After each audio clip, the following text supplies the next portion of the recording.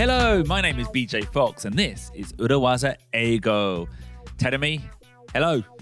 皆さんこんにちは。Hello、どうも石井てるみです。裏技英語へようこそ。今週も始めていきたいと思います。皆さんどうぞよろしくお願いします。Today, tell me, はい。don't be afraid. Don't be afraid って最初に言われたら怖くなっちゃうじゃん。急に何ですか Don't be afraid, but today's episode, What? it's from the Black Book. Black Book? Of the Dark Arts. Black Book of the Dark Arts なんかブラックとかダークとかなんか闇とか黒とかなんか怖い言葉がいっぱい出てきましたよ。並べるとね。You remember the Dark Arts, though? ダークアーツね、すごい序盤にありましたね。Yeah. ダークアーツ。ハリーポッターで出てくるダークアーツ。Yeah, that's where we've taken that title. The naughty things, the dark things, the bad things that sometimes can exist in the workplace. 職場でたまに登場するちょっと意地悪だったりダークな。It's almost like instead of using urawa, we think of urawazas Yes. as a way to be more efficient in the Yes. workplace. But some of them can be used to manipulate people, to damage people, like throwing people under a bus. はい。ポッドキャスト裏技英語では、裏技を職場で、効率よくプロジェクトを進めるためだったり自分の意見を通すためにだったりそんな裏技をご紹介してきましたけれども、時には、職場にはいますよね。こう人を巧みにコントロールして、なんかその人の評価が下がるように持ってったりとか、何か問題が起きた時に自分に責任が被らないようにうまいこと人のせいにしたりだとか、なんかそういうダークアーツ、闇の魔術ありますよね。Another one I remember is we taught the phrase, so what you're saying. So when you use someone else's words against them, so what you're saying. つまりあなたが言ってることはこういうことねと。いやいや、そんなつもりで言ったんじゃないけどみたいな。いやでもこれもう随分昔にやりましたね。So what you're saying is、あんま覚えてないかもしれないな私。Oh, so what you're saying is telling me is that you don't really focus on our recordings and you don't know which episode's which. Is that what you're saying, telling me?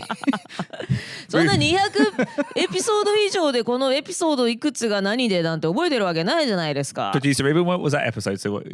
That must have been episode 91. 91, okay. So it was quite a long time ago. So what you're saying, Ruben, is that Telemi's got a bad memory. Yeah, terrible. Yeah, terrible って乗っかっちゃったら裏技の意味ないじゃない。Well, this is a dark art. This is a dark art. ダークアーツですね。And we teach these, by the way, not to do them, but so you're aware when they're happening to you、and you can protect yourself. そうです、お聞きの皆さんにぜひこういう意地悪な裏技を使ってくださいって伝えているのではなくって、こういうことを職場でされた時にこれは裏技英語で聞いたダークアーツをかまされてるんだなっていうことに気づいて自分の身を守ってほしいというそんな気持ちでお伝えしております。 But this time, Telemi. This time, Telemi. 何でしょう。We're going to teach a dark art that sometimes you might need to do. ダークアーツ。時にはこういったことをやるのも必要だと。And the phrase is to go over someone's head.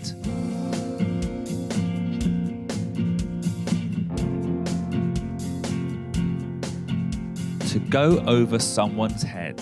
To go over someone's head. I would say this is a sometimes necessary dark art, a 必要悪アート。必要悪アート、必要悪のダークアートね。Yeah. 必要ダークアートだ。だからあまり良くないけども、yeah. あまり良くないけども時には必要っていう。Some situations you might be required to go over someone's head. So what does it mean, Teremi? To go over someone's head. もう文字通り訳してみると、誰かの頭上をこう通過していくというそんなイメージですかね。Yeah, and literally that's what it means. In an office, it means to ignore the hierarchy.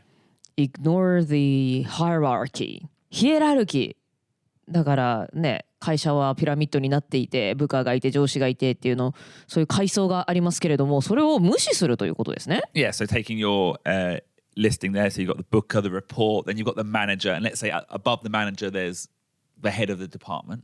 はい。例えば部下がいてマネージャーがいて、部長 Head of Department がいるとして、And I'm the bottom, yeah? はい。So I'm the booker, I'm the report, I'm the coordinator. So usually I would, if I had an idea, I would tell my manager. はい。BJ が一番下のポジションにいるとして、コーディネーターとも言うのね。Well, a coordinator is a low position. へー。In a lot of companies, the first level in a marketing department will be marketing coordinator. あ、そうなんだ。なんか旅行のコーディネーターさんとかそういうのばっかり思いついちゃいますけども、組織の中で一番下、新入社員とか、入ったばっかりの人、コーディネーターだとして、はい。But instead of telling my manager my idea, I pitch the idea to the department head. はい。何かアイディアがあって自分のマネージャーに本来は順番としては伝えなければいけないのに、そのマネージャーを通り越して Head of Department に自分のアイディアを発表しました。売り込みました。I'm realizing there's lots of heads here, department head.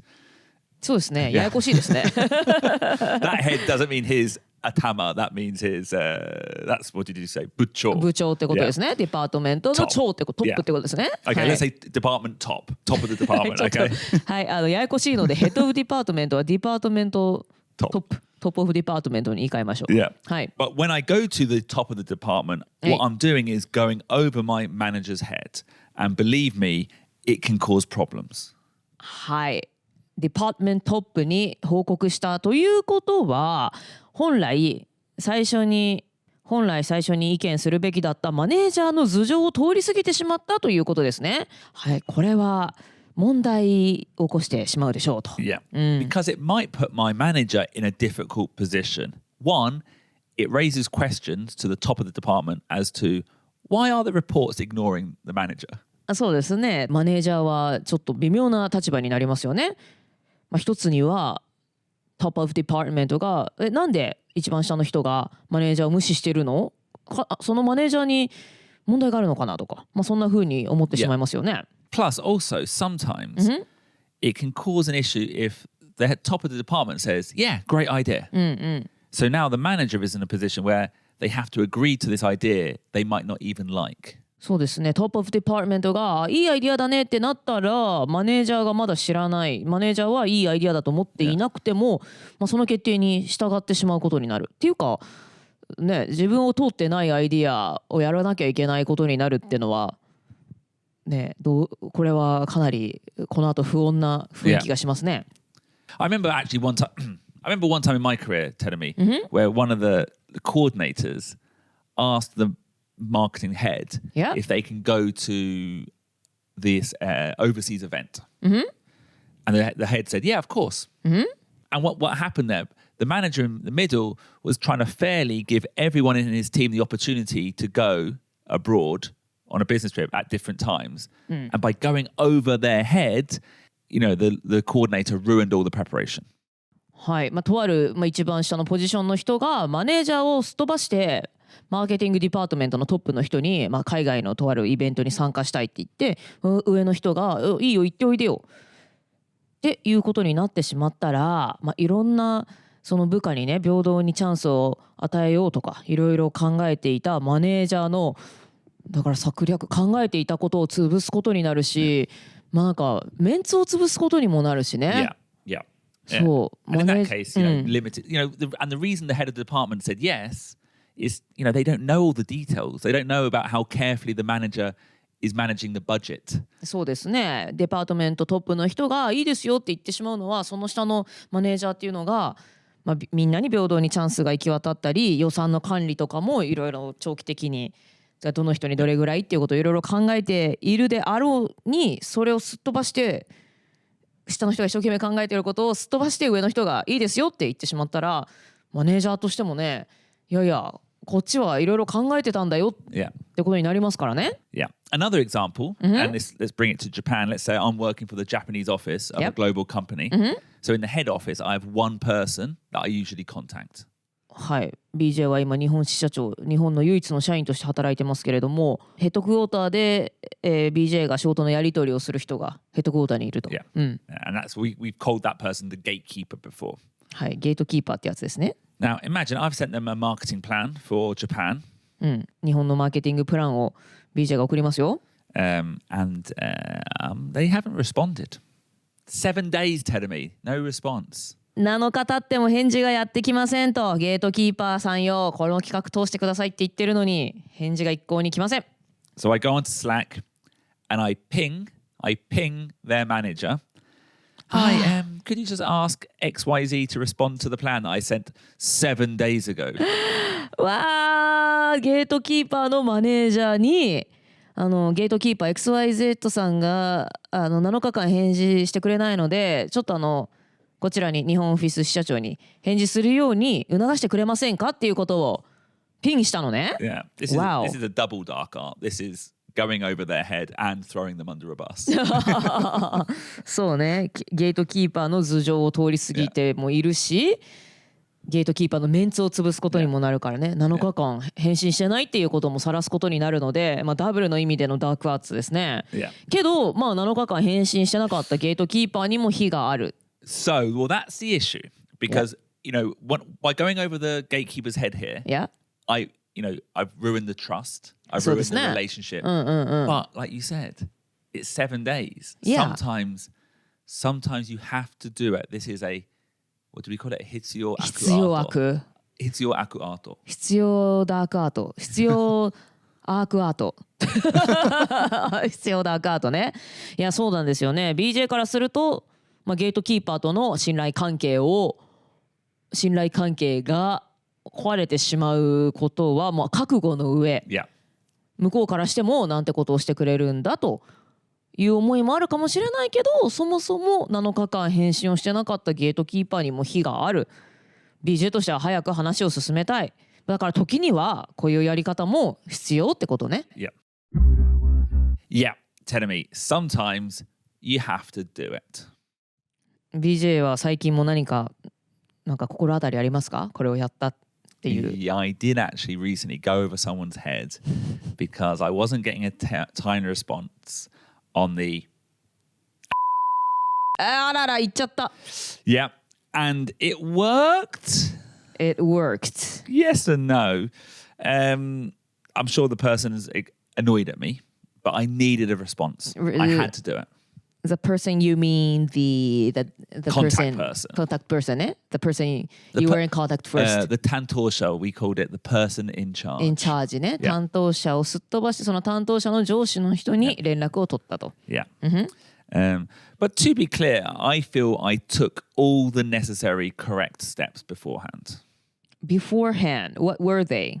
Well, I emailed the person. I chased them a couple of times. You mean the person? You mean the contact person? The person in charge, yeah. My gatekeeper. Yeah. だからずっと仕事のやり取りをしていた担当者にまずはメールをして、何度もチェイスしました。追いかけました。And when you say chase, it's not aggressive. It just means I followed up. It's not like it's not like in オフィスの入り口で出待ちするとかそういうことじゃないですね。ただ丁寧に E メールを送って、しばらく返事が来なかったらもう一度送ってと、そういったフォローアップをしましたと。I then sent another mail with their boss on CC, a CC bomb. 今度はその担当者のボスの名前を、ボスの E メールを CC に入れて、それで追いメールもしてみました。And I would say this is a slightly more polite, agreeable way of going over someone's head. It's still going over someone's head. はい、そうですね。この担当者のボスを CC に入れたけれども、その担当者をすっ飛ばすよりはまだ大丈夫。まだ、まだポライト。Yeah, it's still damaging the relationship, I would say, a little bit. But at least they know that you're escalating it. Escalating. エスカレーターですか？ Yeah, I guess so. Yeah, it means escalate. It means to go up. So to escalate an issue means to raise it higher in the hierarchy. なるほど。だから担当者だけとのやり取りじゃなくて、その上司をちょっと CC にしれっと入れることでちょっと問題を上げていくわけですね。Yeah, escalate. Yeah. Escalate. Yeah, escalate. And I would say this is a very useful, very 外資系 word. 外資系でよくこの問題を、イシューを escalate、ちょっとレベルを上げるってことで、大ごとにするというか、上の人も巻き込むというかね。Yeah, and it's not always negative either. Sometimes Oh yeah. It's like it's ポジティブなプロジェクトとかでもね。Yeah. Oh, this is an issue. Let's escalate it so it can be dealt with at the right level. Yeah. But at least I didn't do it in secret. I wasn't being sneaky. I could have written directly to the manager. そうね、直接マネージャーに、先ほどの担当者の上司の人に書くことだってできたけれども、それこっそりメールを送るのではなくって、順序を追って段階を追って、最初はその担当者にメールして何回かして、でその後 CC に上司を加えてっていう風にちょっとずつエスカレートしていったってことね。And then 2 days later, I went one-on-one with the manager. Oh, what happened? Manager responded? Yeah, they did. Basically, they weren't following the issue. So when I sent the CC mail, the manager didn't really look at it. そうね、CC ぐらいだとがっつり見てなかったと。Yeah. So, but I just had to do it because. Oh yeah, but what happened next? Oh, then the manager told the person to respond. そういうことね。はいはいはい。そこでようやく。And then we got a response. Yeah. はい、そこでようやくそのマネージャーの人が担当者に BJ フォックスに返信するようにっていうふうに言ってくれて、ようやく返信が来たと。Yeah. So sometimes it's necessary, but you have to be aware, and you used the word 覚悟, didn't you? You have to be aware that you are probably damaging their reputation and you will damage their relationship when you go over someone's head like that. はい、なのでこういったことは、物事を進める時には必要です。でも、もうだいぶ覚悟を持ってやらないといけないですね。すぐに飛びつく手法ではなくって、どうしてもそのメールの返信が来ないとか、物事が動かない時に、多少はちょっと担当者のメンツが潰れるかもしれない。なんなら自分とその人との信頼関係もダメージが及ぶかもしれないけども、それを覚悟の上でやるってことですね。Listeners, we're very excited for our upcoming book. ポッドキャスト裏技英語が一冊の本になります。タイトルは裏技英語 Thriving and Surviving in the International Workplace 2024年6月3日発売です。この本にはグローバルな職場で使える裏技フレーズとノウハウがぎゅっと詰まっています。3000円から7000円までの購入オプションからいつでもご予約可能です。6月の発売記念イベントもお楽しみに。詳しくはポッドキャストの概要欄をチェックしてください。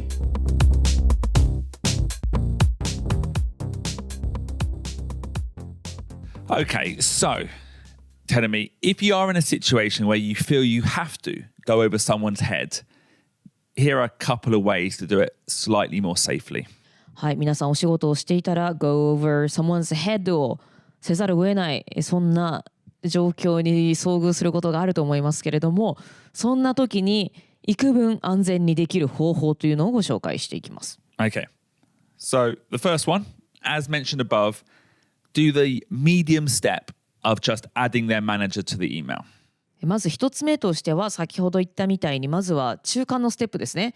急に例えば担当者の上司にメールするのではなくって、まずは担当者とのメールにその人の上司のメールを CC する。Yeah. それぐらいから始めましょう。This feels like a light threat. そうですね。軽めのジャブですね。こっちは本気ですよっていう。Do you know what it makes me think? It feels like, you know, if you're watching Top Gun Maverick, マーベリック。like the first time they shoot the guns, they don't shoot it at the other plane. Okay. They kind of like to the side, just letting them know we will shoot. 本気だぞというね。はいはいはいはい。そうですね。最初から急に撃たないですよね。まずは威嚇するというか。でもこちらはいざとなればこれぐらいの覚悟はあるよっていうそういうスレットですよね。はい。脅威ということですけども。Now, the one thing I would recommend is instead of just adding the manager to the thread, start a new email. はい、今までのやり取り、メールのやり取りだとか、スレッドに、マネージャーを加えるのではなくって、新しいメールから始めましょう。Yeah, and that's just so you're not highlighting the fact so much that they haven't responded a number of times. そうですね。今までずいぶんこちらからは長いことメールを送ってるのに返事が来てなかったっていう事実がそんなにクローズアップされないっていうので、そういう意味ではその担当者の人のメンツを潰すっていうのがそこまでないですよね。Yeah. Number 2. はい、2つ目。I would say another safe way to escalate is to escalate on your side first.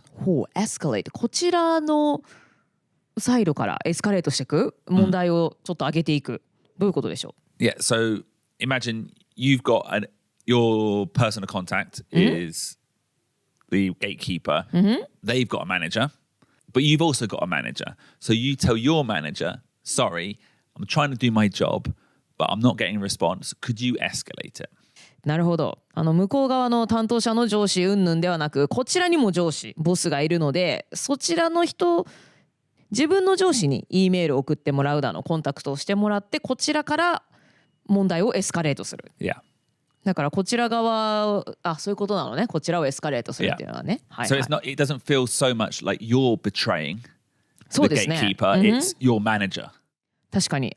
そうすることで、自分ではなくって、その今までの担当者は裏切るっていうわけじゃないけど、そういうちょっと覚悟のいる行為を取っているのが自分というよりは自分のボスだよということで、ちょっと責任を移すこともできますね。Yeah. And also, I would say that's why you have a manager. 確かに。でもそもそもね、マネージャーがいるのはそういうことよね。Yeah. 私が言っても動かないんだから、上のもうちょっと偉い人に言ってもらうって。でそれで物事が動くなら、そうやってマネージャーをある意味使うべきですよね。Yeah, so certainly when I was country manager in my previous company, I saw my entire job as being escalating issues for my team. BJ が前カントリーマネージャーやってた時にやってた仕事っていうのは、問題をどんどんエスカレートして、その上に上げていく。Yeah. 話を通すために上のレベルの人に上げていくっていうのは大事ですよね。Yeah. なんか私っていうか、なんかまだジュニアの誰々が言っても動かないけど、なんかもうちょっと上の偉い人が言ったらすぐに話が動くってことは、この世界よくあることですからね。Yeah, like instead of the Japan marketing coordinator is asking for something, isn't quite as impactful as the Japan country manager, VP of Japan. So people tend to move when. そうなんですよね。誰が言うかで、誰がこのプロジェクトを指示してるかで急に物事が動いたりしますからね。Yeah. それは会社だけじゃなくって、こういう芸人の世界にいてもね、やっぱこれは社長案件だからっていうと、everybody starts to move. Oh, really? Yeah. そうなのよね。いやだから誰からのお達しなのかっていうのはすごく大事ですよね。それでプロジェクトが動いたり、はたまた全然動かなかったりしますからね。Yeah. Two more things, tell me. もっとあるのね。Two more. Well, I'm changing the position now. Now I'm the department head. はい、今度は BJ がディパートメントトップね。Yeah. ディパートメントトップだとします。And someone's come over their manager's head to me. 誰かジュニアな人がマネージャーをすっ飛ばして BJ に直接何か言いに来ました。Yeah. Let's put it back to that business trip example. I would think twice before taking action.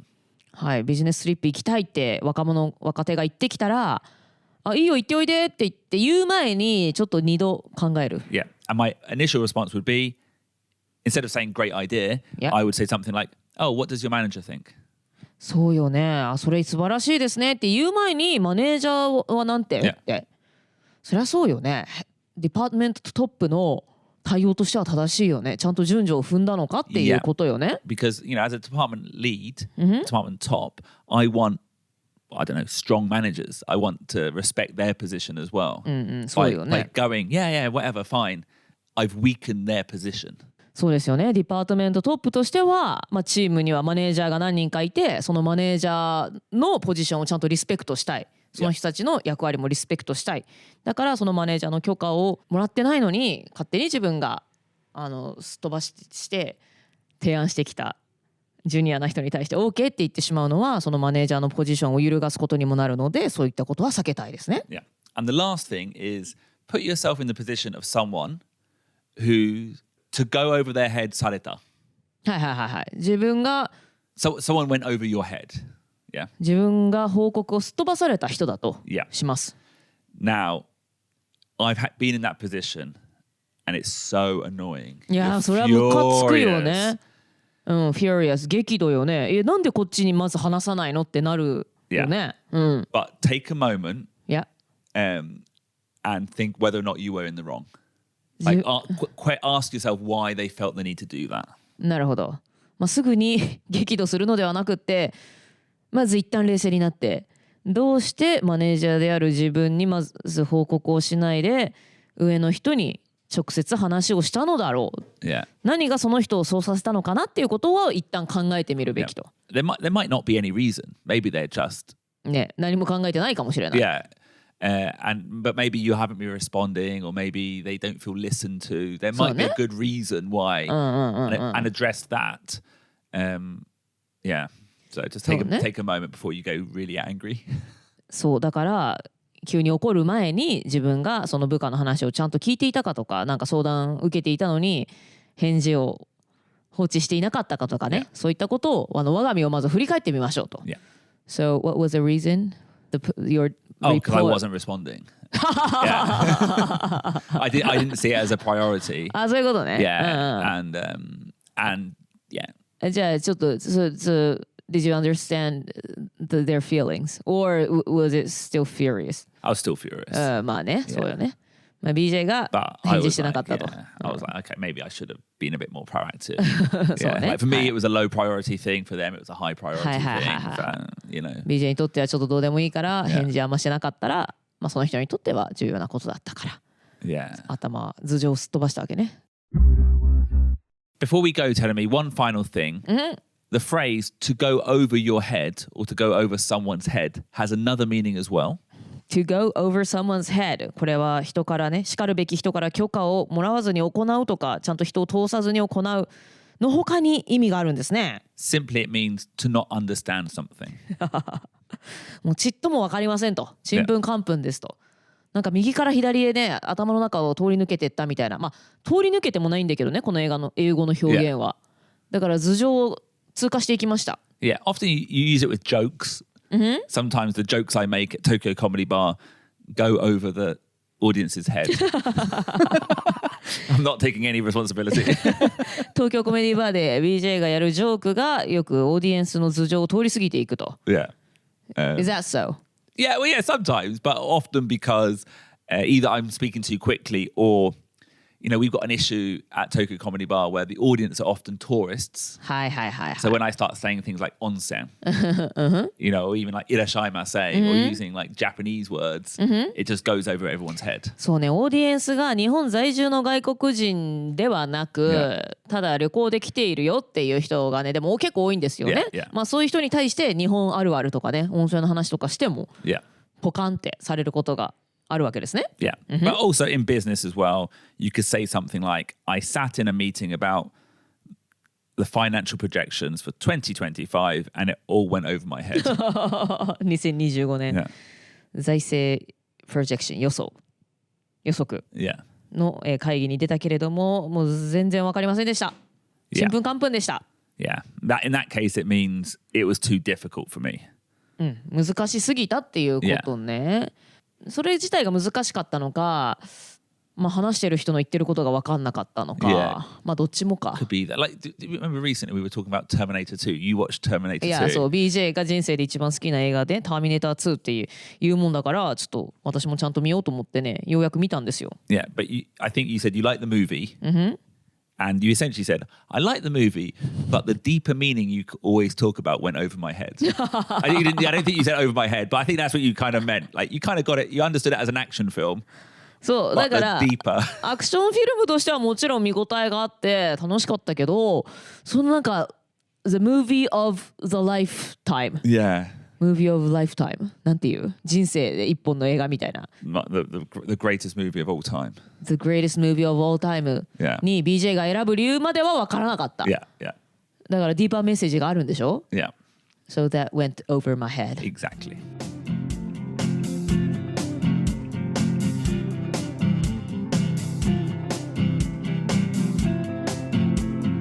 Okay, tell me, the dark arts. The dark arts. Usually our position is learn how to protect yourself from them. はい。But also, maybe you have to use them occasionally. はい、dark arts だからまあものすごくこう前向きで素晴らしい裏技というよりはちょっと意地悪だったり姑息な裏技だったりするんですよね。で今まではこれはね皆さんがぜひ使ってくださいというよりはそういうことを周りの人にされたらこれはダークアーツだっていうことに気づいて自分自身を守ってください、それに振り回されなくていいんですよということをお伝えしてきましたけれども、でも時には使うことも必要ですよねと。Yeah.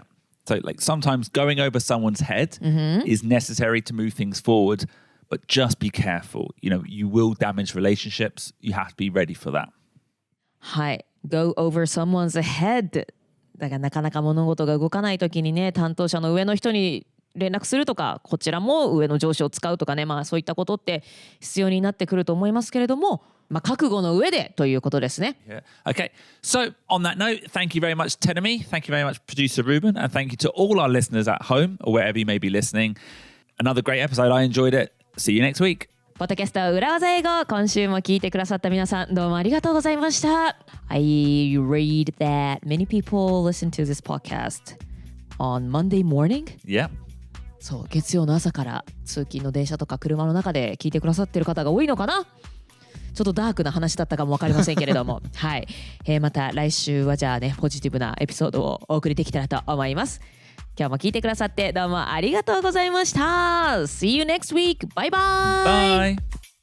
Bye. 裏技英語 Business English is so hard 裏技英語 I need a 裏技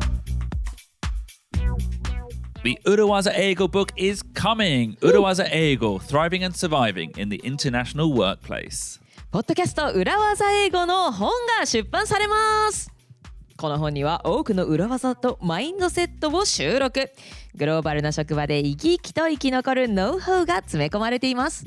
The book will release this June 2024, but we are taking pre-orders now. はい、この裏技英語ブック2024年6月3日発売ですが、ご予約は今から受けたまわっています。ぜひともこの裏技英語の本を予約してポッドキャスト裏技英語をサポートしてください。 Tell me, we have 5 options. はい、皆さん5つのオプションがございます。 Option 1, buy the book. オプション1、本を1冊ゲット。 Option 2, buy a signed copy of the book. オプション2はサイン入りの本を1冊ゲット。 Option 3, buy a signed copy and get another copy to give to a colleague who you think needs to improve their communication. オプション3はサイン入りの本1冊ゲットプラスお友達や同僚にあげる用のもう1冊をプレゼント。 Then option 4 and 5 is a copy of the book that will be hand signed in front of you at our launch parties in either Tokyo or Kansai. オプション4、そして5は東京と大阪で開催されるローンチパーティーの参加券プラス裏技英語の本に目の前でサインを入れさせていただきます。クラウドファンディングのようなものとなっています。皆さんに本をご予約いただくことで本を作ることをお約束いたします。 So pre-order the book. You can find the link on either urawazaeigo.com or a direct link in the podcast description. というわけでご予約受けたまっております。ウェブサイト裏技英語 .com もしくはポッドキャストのディスクリプションのところにリンクを貼っておりますので、そちらからご予約お願いします。